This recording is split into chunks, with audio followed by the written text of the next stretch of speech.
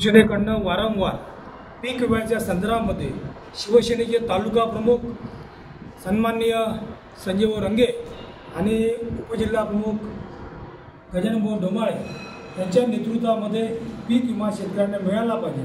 जी सरकारची, राज्य सरकारची, केंद्र सरकारची एक चांगली योजना होती, त्या योजनेला काळिमा फासण्याचं काम या ठिकाणी प्रमोद लहाळे जिल्हा अधीक्षक कृषी अधिकारी यांनी केलेलं आहे।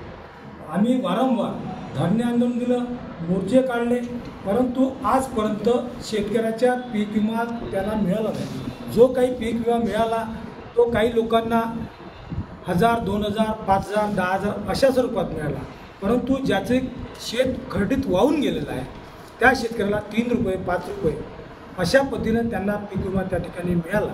वारंवार आमचे संजयजी रंगे हे कृषी अधिकारी जे आहे जिल्हा कृषी अधिकारी त्यांना वारंवार त्या पीक विम्याच्या याद्या मागत आहे, कोणाला किती मिळाले, कोणाला किती मिळायचे आहे। वारंवार ते वटाण्याच्या अक्षता लावण्याचं काम या ठिकाणी करत आहे। आमच्या हे निदर्शनात आलं आहे की कंपनी, सरकार, राज्य सरकार असो, केंद्र सरकार असो, आणि हे प्रमोद लहाळे यांनी शेतकऱ्याला मारण्याचा विडा उचललेला आहे। या 1.5 वर्षाच्या काळामध्ये जवळपास 250 शेतकऱ्यांना आत्महत्या केलेल्या आहे।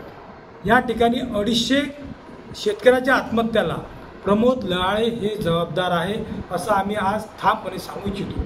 या यवतमाळ जिल्ह्याचे खासदार, नवनिर्वाचित खासदार सन्माननीय संजीव देशमुख यांनी DPDCच्या बैठकीमध्ये एक प्रश्न उपस्थित केला होता की वारंवार शिवसेनेनं आंदोलन या ठिकाणी केलं आहे, त्यांना पीक विमाबद्दल का त्या रिलायन्स कंपनीवर का गुन्हा दाखल केला नाही। तर त्यांनी त्या जिल्हाधिकारी असो, आमदार असो, पालकमंत्री असो यांनी सांगितलं का 10 दिवसामध्ये आम्ही गुन्हा दाखल करू, परंतु